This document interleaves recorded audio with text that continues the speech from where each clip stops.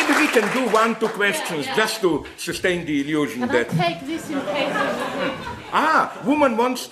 No, I wanted to do the obscenity. There is something phallic about it. You want it, no? Okay, sorry. I cannot resist it. And now you want it. We're used to the obscene and the provocative and Zizek, but we're not used to the sentimental version. No, but just let me tell you something. You know that I got the answer of a lifetime when I repeated my old problematic joke. This was the true Lacanian answer. Now in the United States, against this stupid political correctness, no? You know this Santa Cruz story, which really happens. I was there and they told me, why your dirty stories? We have wonderful jokes here, which are very funny, but nobody is hurt and humiliated. Like, what happens when a triangle meets a circle? Of course, I said brutally, you know, what the hell do I care? What happens when a triangle meets a circle? I want dirty joke when somebody is... And then I got the correct answer, which was, how can you say this as a Lacanian? Don't you get it that, you know, the true trick is the forum itself and so on, that I fall into some kind of non-dialectical substantialism and so on. On the other hand, then, I was told you even missed the connotation of this pure forum, like what happens when a triangle meets with a circle? Circle, phallic, triangle, you know what? My God, many things... Okay, it's another story. What I'm saying is, let's go on, please. Please. Any question? No, but what interests me is if you have something, I'm open here, I'm not bluffing, about points which I consider are even moderately interesting, like this idea of inventing a new way of... Yeah, sorry. You ruined my pleasure, which is to ask myself a question. And then... Just to maybe recover the accusations against Obama, one of the interesting facts about Obama's early presidency was the fact that he had all the power at a certain point. He had the whole Senate, he had Congress, and one of the problems, one of the really big criticisms of it was the fact that he didn't use it to really attack the Republicans. Instead of, say, pushing through healthcare reform, he goes around and says, well, let's try and convince the Republicans to join the law. That he wasn't violent enough, maybe? Or how would you... Yeah, here I totally agree with you, because, you know, I wonder if you saw it, a week ago in New York, I watched an interview with Michael Moore. Not that I like him excessively, but he made a wonderful point.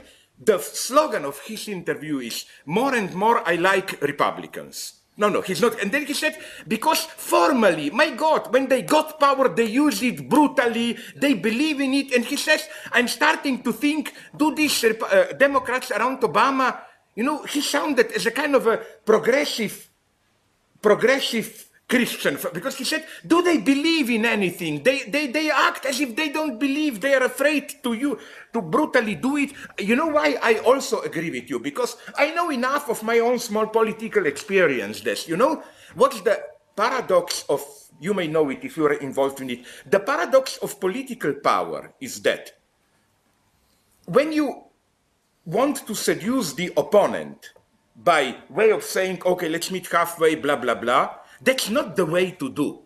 If you start with this, opponent will necessarily experience this as a weakness. No, first you must shoot.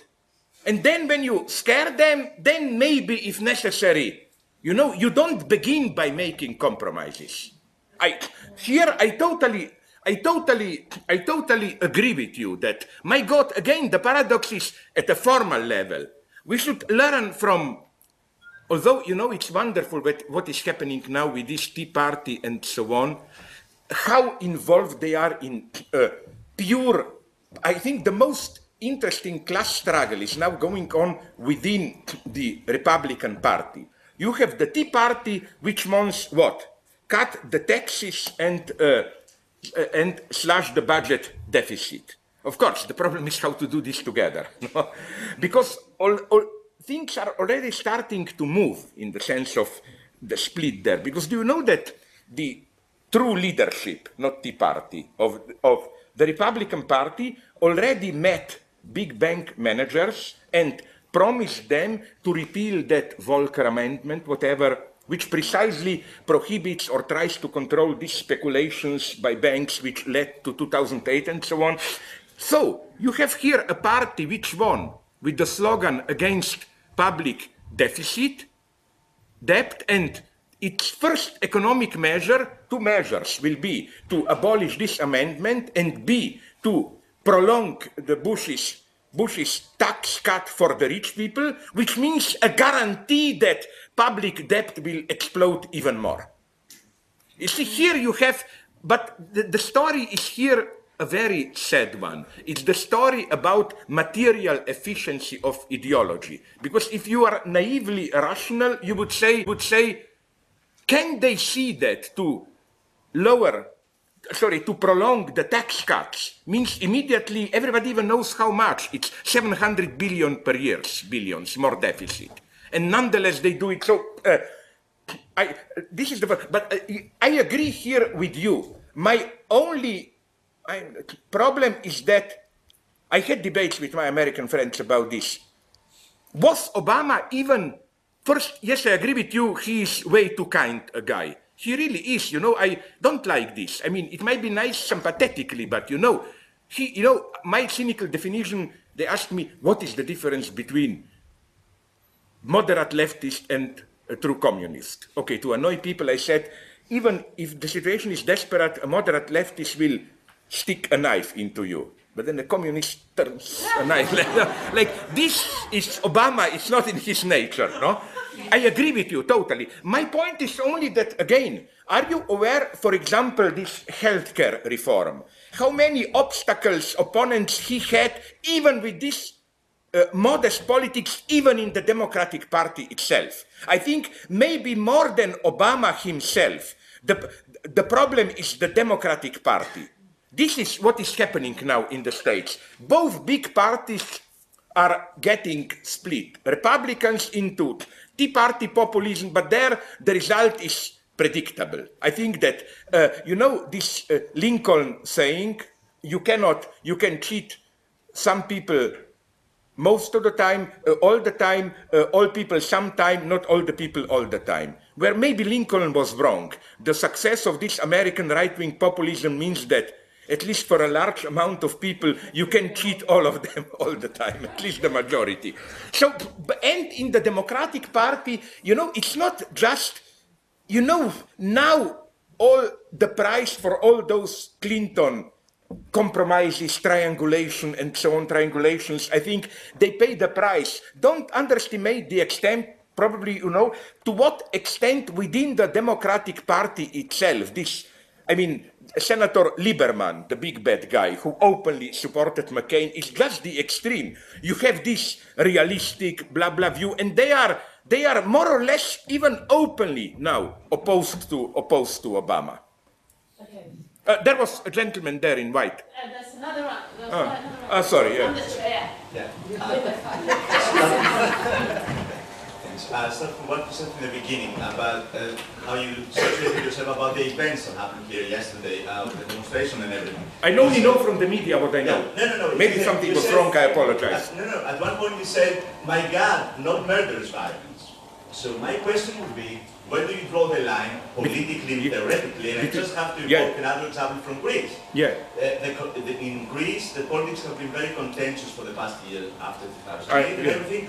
And then, in one of the biggest demonstrations against the austerity measures, things got contentious as they were, and somehow 3 people died out of a fire that was caused by people just demolishing something. Yeah. So my question is, because we have to be more serious in my view, in this approach, where do you draw the line strategically and theoretically in terms of violence, murderous violence, non-murderous violence, and violence as a means of acting?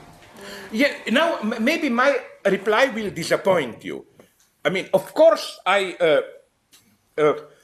only can give you, I don't think you can, in the Habermasian way, draw some kind of a Kantian a priori rule and so on. Unfortunately, you have to, what's the expression, play it by the ear or whatever. I don't think you can say, okay, like, for example, Greek friends even told me you can establish rules like when you attack a building, it should be only like McDonald's foreign company, not this poor small cafe owner who blah, blah, blah. Yeah, but you can only play this up to a certain limit. There is no a priori rule, but nonetheless, I think, unfortunately, that you have to take the risk. Because it's horrible to say, but it works. There are situations where if you don't have a minimum of this sense of emergency, things simply don't start to move. Like, let's take it here precisely. Without those a little bit of crash windows or whatever, I think these propositions would simply, I don't know, not be taken seriously and so on and so on. The problem is the way our media are structured. I can well imagine, it's so easy to blame the media, but our public space is so distorted that only in this way you can be heard. I am far from idealizing, for example, Norway and so on, Sweden. But nonetheless, in those countries, people convince me, and again, I repeat it 3 times, I'm far from idealizing them, but they have, I think, much higher level of this. You can be hurt without violence. It's all a question of, again, how the public space is structured. And again, I know this may be disappointing, but like the conclusion would be then practically do nothing. I mean, anything can run out of control, Like this would be the same thing as to say, sorry for this bad taste example, let's prohibit all the football matches because, whenever you have them and so on and so on. No, I have no, to be frank, I'm well aware of the dangers of violence, and I don't celebrate violence. Like, I only once was in a situation which was not even violent, but so-so. In ex-Yugoslavia, when it was falling apart, there was a week maybe in Slovenia where it was a little bit of this. It wasn't clear who is in power and so on. And I can tell you there is nothing pleasant about it, It's easy to have this dream, oh, the state withdraws and, oh, we are free. Yeah, but, like, remember that all these examples that we celebrate, let's take May 68, no? That's my suspicion about it, The story, much more often than we think, was, here I slightly disagree with my best friend Badiou, was that, you come with your car, you parked it beyond Port Royal or on the right side, parked it safely, then you crossed the La Seine, you threw some bottles, demonstrated, then you withdraw to the Rive Gauche, to the Rive Droite, the north, you meet in a cafe with friends, if possible with some journalists for an interview, and then you took your limousine and wait. In other words, are we aware to what extent the state has to function in the sense of we rely on that?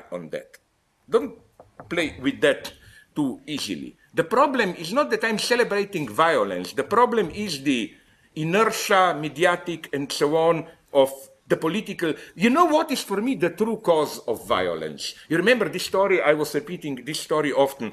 When the last elections that were won by Labour Party, I was here, I remember 2 weeks before. And there was a big show. They were electing through people's votes, calling listeners the most unpopular person in the UK. Of course, Tony Blair won. But 2 weeks later, he won the elections.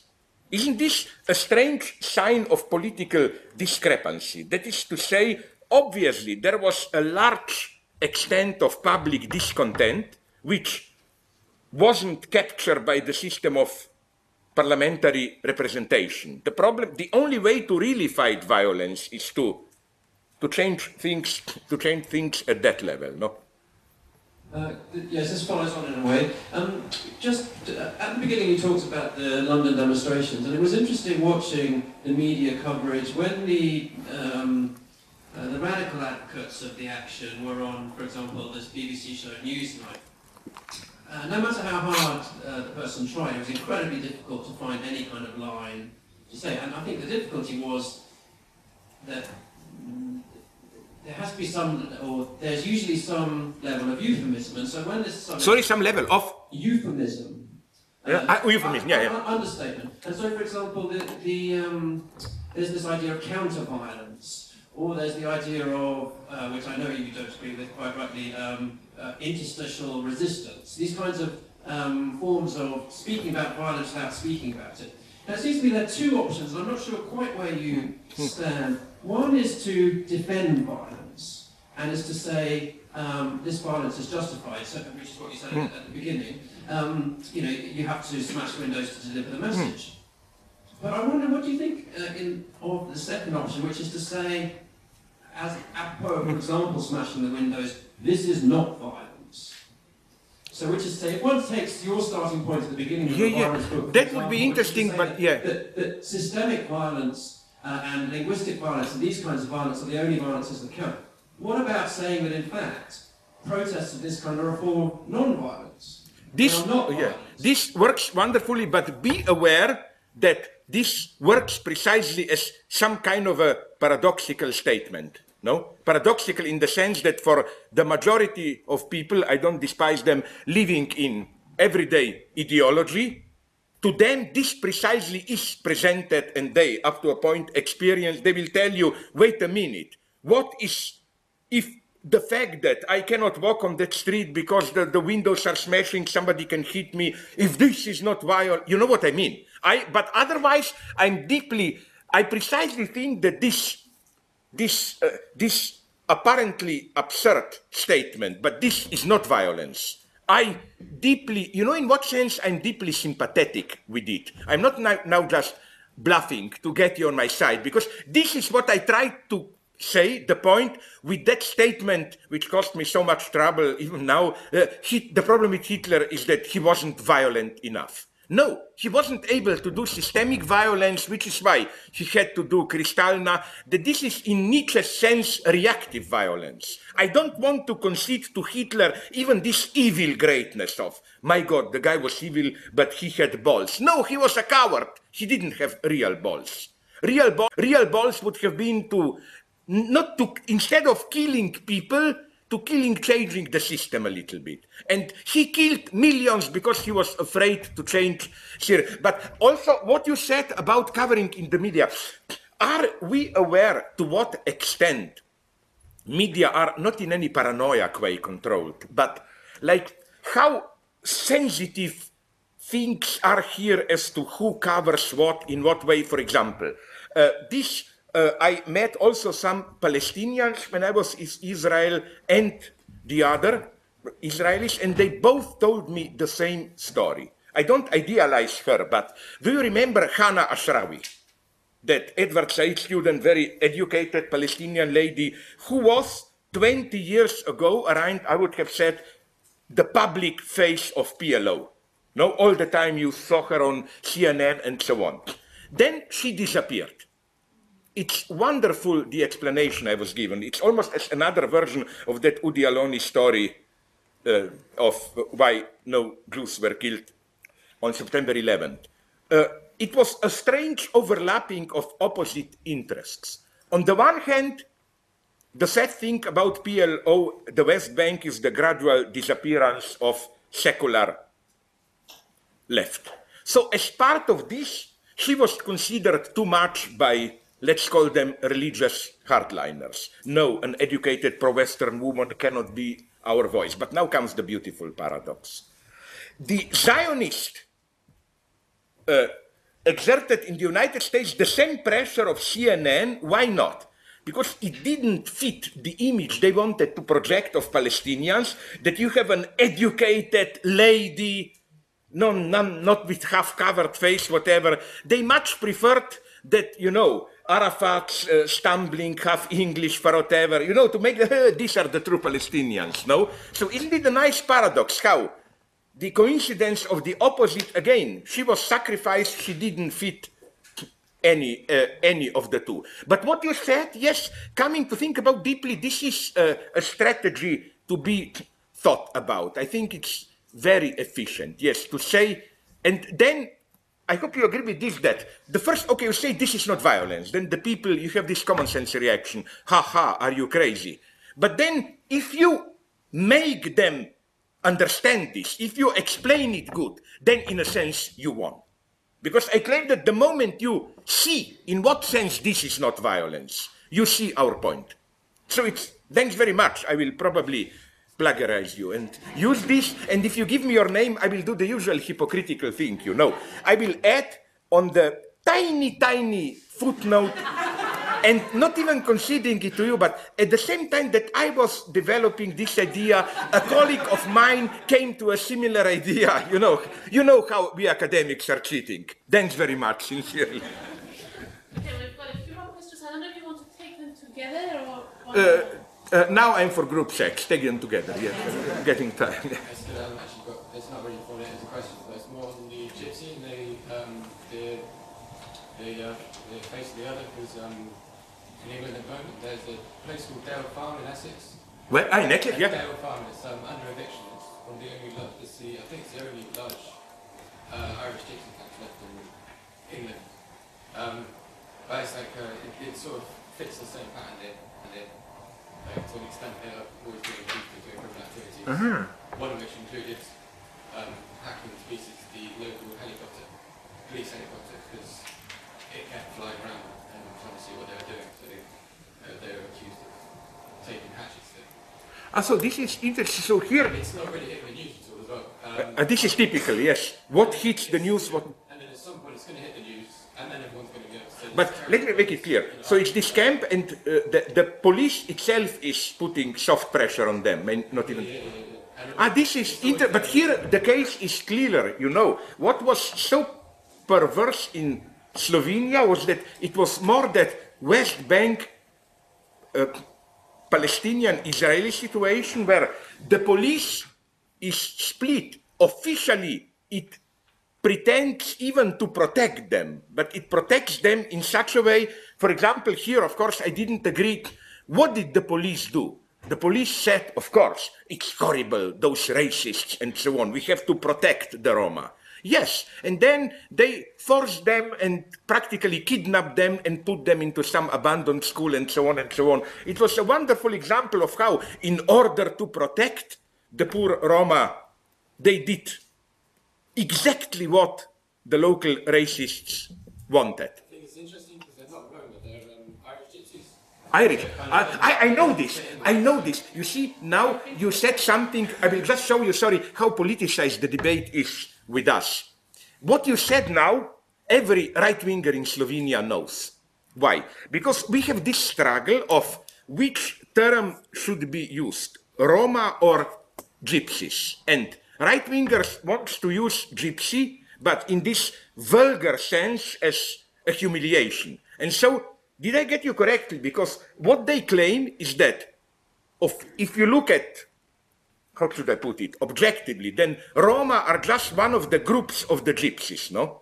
And they like this because this legitimizes them to use the word, they are, how should I put it, right for the wrong reason. They are factually right, but but this is, you know what is also interesting? I like it very much when the Roma, gypsies, whatever, try to organize themselves. They try to, no? Yeah, they've got a whole campaign going to defend them. Yeah, but the problem is then again, where is the? I mean, how? My problem is always how to make this efficient. Because do you know how long a tradition of this anti-gypsy sentiment? Not only were they, as you probably know, put into camps together with Jews by the Nazis, but even nicer in a horrible sense. You know the big last work by Husserl, The Crisis of European blah blah blah. He speaks there of European spiritual unity, Europe as spiritual entity. Derrida brings out this nicely, and then he says, Europe, we mean it not territorially, but spiritually. And then Husserl, yes, as you may expect, says, take, for example, the gypsies. They are territorially here, but spiritually they are not Europe. They are out, and so on and so on. So you see how, this is what I meant when I said no ethnic cleansing without poetry, maybe even without, you know, this is whom I hate, these thinkers, poets who their hands are very clean, but they lay the foundation slowly, no? And then, of course, when real violence begins, they are the first to say, oh my God, it's the distortion of our deep insight, we didn't want that, no? Maybe we should nonetheless, this is body language. Hi, Professor. My question is in a more theoretical tone. Poetical? Theoretical. Theoretical, sorry. I'd like to ask you what's your argument to justify why is strategical violence the really latent question now? And the emphasis here is on why it's strategic and not on why violence. Is strategical violence based in a construction of a shared space or a sense of solidarity? But subjectification can be considered more incisive. And if subjectification is individualistic, how to think resistance? Can we think the capacity to brutally do it that Obama lacks, or to turn the knife, as in one example of personal violence? And if yes, how can we think how to transform or connect it in socially organized action? Okay, this is, of course, a $1 million question. I mean, if I were to have a precise answer to that one, I would have given it to you. All I'm saying is that it's not for me a question of, again, not even strategic violence. Again, I just proposed a couple of steps. First step is to understand violence as, you said before, primarily not as simply let's call it naively, you have a certain, it's very abstract, system which functions using its own rules, but also its own transgressions, and so on. And the change, the true change, even if it's not physically violent, always has something violent. Violent in the sense of brutally, by brutally I mean not justified by the rules of the game, by brutally changing the rules of the game. Or to put it in more even theoretical terms, you know this distinction, like all the French guys like it, Badiou, Rancière, between society as corporate social body, each at our place, and this radical egalitarian point. There is always some kind of a clash between the two. In this sense, I claim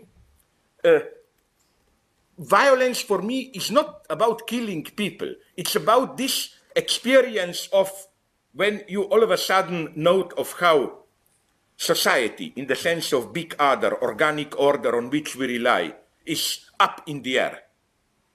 You know, you cannot rely on order. This is the exact opposite of corporate violence, which is precisely violence in order to sustain the order. Like, for me, take Pinochet. I remember his first words, which were, the only thing we did this is the things return back to normal. That workers will forget about politics, workers should work again, and so on and so on.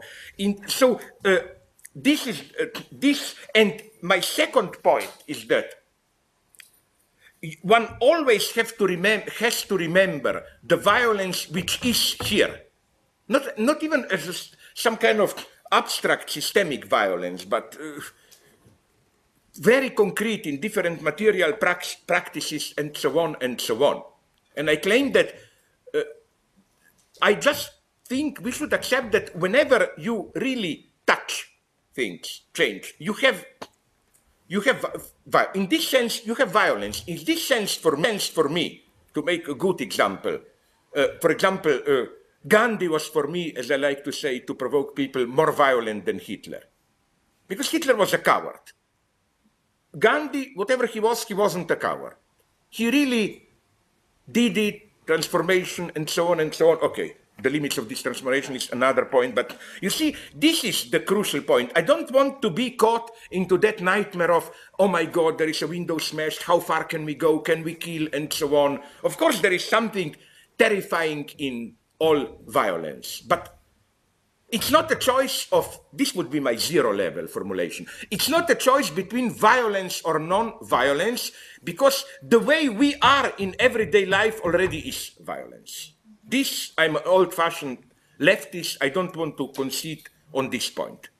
Like, again, as you said, smashing windows. No, that tuition imposed is true violence. This is brutal violence which can mark generations and so on and so on.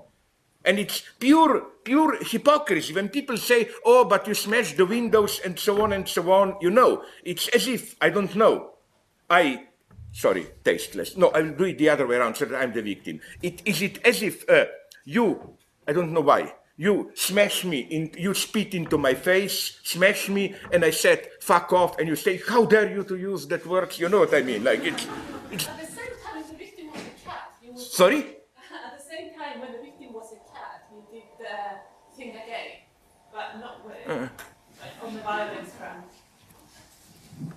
Yes, it was interesting that you mentioned Norway and Sweden, because my background is from the Norwegian media, and the left in Norwegian media, and I just want to invite you to reflect on the way you are used as a thinker.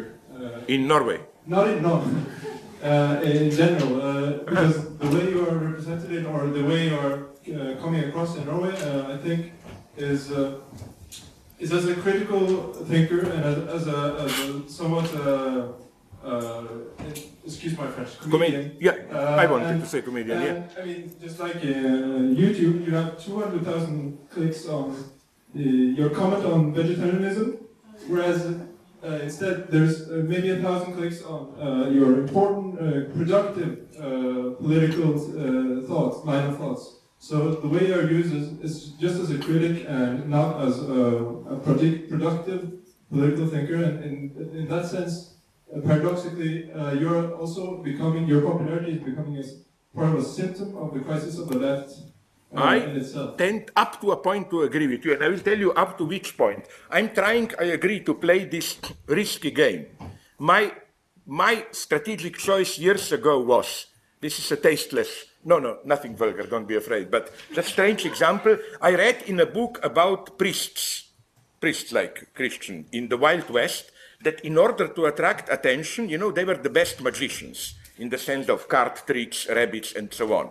Because they went to a saloon and first did some tricks, and then when people started to look at them, then haha, you have the word of God and so on, no? And my idea was maybe I can manipulate a little bit in this way. Of course, the risk is to apply, to go on with the metaphor that people will just stay for the tricks and then they will. But I see nonetheless some signs of change. And one symptom of this change is precisely the level of attacks on me which is changing. Till now, did you notice this? The predominant tone was what you said.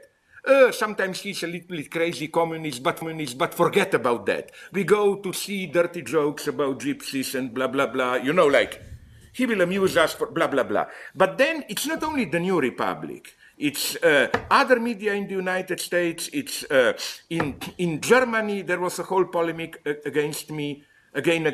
So now the message is not only he's a clown, but don't be deceived by it. Beneath this clown, there is a dangerous message of blah, blah, blah. So, you know, this is for me some kind of a sign. And also, you know, if it were to be, you know, I don't want to boast, but my friend Eric Sentner, don't ask me why, these are the mysterious ways academia work. He is in that inner circle of whenever you are considered for any prize, you know, all this shitty human prize. He is one of the secret committees, you know, like he's always asked. And he told me that in the last 10 years, he was asked to say his opinion, to write on me. I was considered for a prize at least 30 times. And then I never got, not even one, because then he asked, why didn't he get it? They say, politics, you know, a little bit problematic, and so on and so on. So don't have too many illusions here. My last point would have been why I nonetheless like also this comical aspect. Fuck it, not you. I mean, why should we? I know I hate, like, as if since we are leftists, what we should do? Just children are starving in Africa and so on. Fuck it, why? We can have better fun than the stupid right wingers. Why should they take this from us? You know. But I agree with you. There are problems here. And again, would you agree?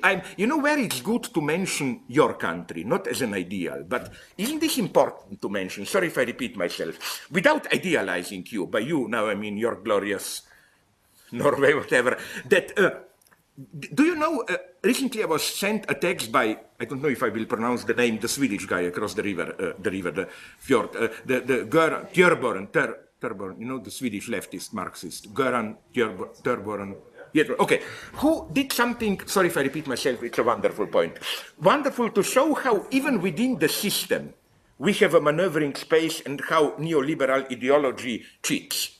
He says, let's take Scandinavian countries. And again, with all critiques, you are still relatively much more egalitarian and healthcare, blah, blah, all that bullshit than others.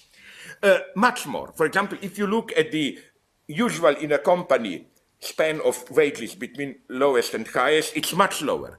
But then the usual argument of neoliberalism is, if we do this, become more egalitarian, blah, blah, blah, you know what's the mantra? We will lose competitivity.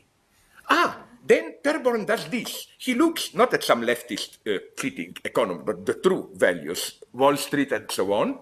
But you know where you are immediately after, okay, the first two you cannot beat them are Singapore and Hong Kong. Then Scandinavian countries already enter a stop competitivity. This is an empirical proof that it's simply not true, even within the capitalist rules, what ideology is telling us, you know, more healthcare, more this, you lose competitivity. No, you don't necessarily lose competitivity. It's all, to put it very simple, you know, even Marx in Capital, when he speaks about the value of labor force, he emphasizes this is not a biological. The value of labor force is the result of ideological struggle. How much is accepted as normal for work? And this is a struggle of fight which has not even honest economists, like that guy, Hartfield or what, who did that. No, sorry, just to finish. Even he says that, there is nothing a priori between market effectiveness and higher healthcare, because you can include all this. Market only wants clear rules, but if you set a clear rule, sorry, it costs so much, blah, blah, blah, then it can work, you know. What I want to say is that we should be very clear about something. How the system is cheating with regard to its own terms. What we effectively have is not neoliberalism. Neoliberalism is ideology. Effectively, they all have half state-run economies, they cheat and so on and so on. United States neoliberalism, are you crazy? Are we aware how much state intervenes all the time and so on and so on? Sorry, but I still like your country. You know what I like?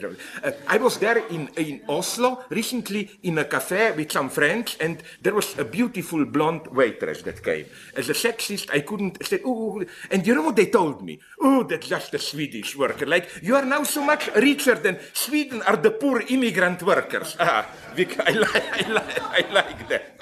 Okay, I think that's been another wonderful point over another wonderful point. But I think you summed it all up by saying that you've described yourself not just a clown, but a dangerous clown, and which is why we thanks very much. Yeah. To find out. I expected something. I expected them to say, "No, Slavoj, you are not a clown. We love you deeply. We know you are really a good man." No, sorry. Thanks very much for your great patience.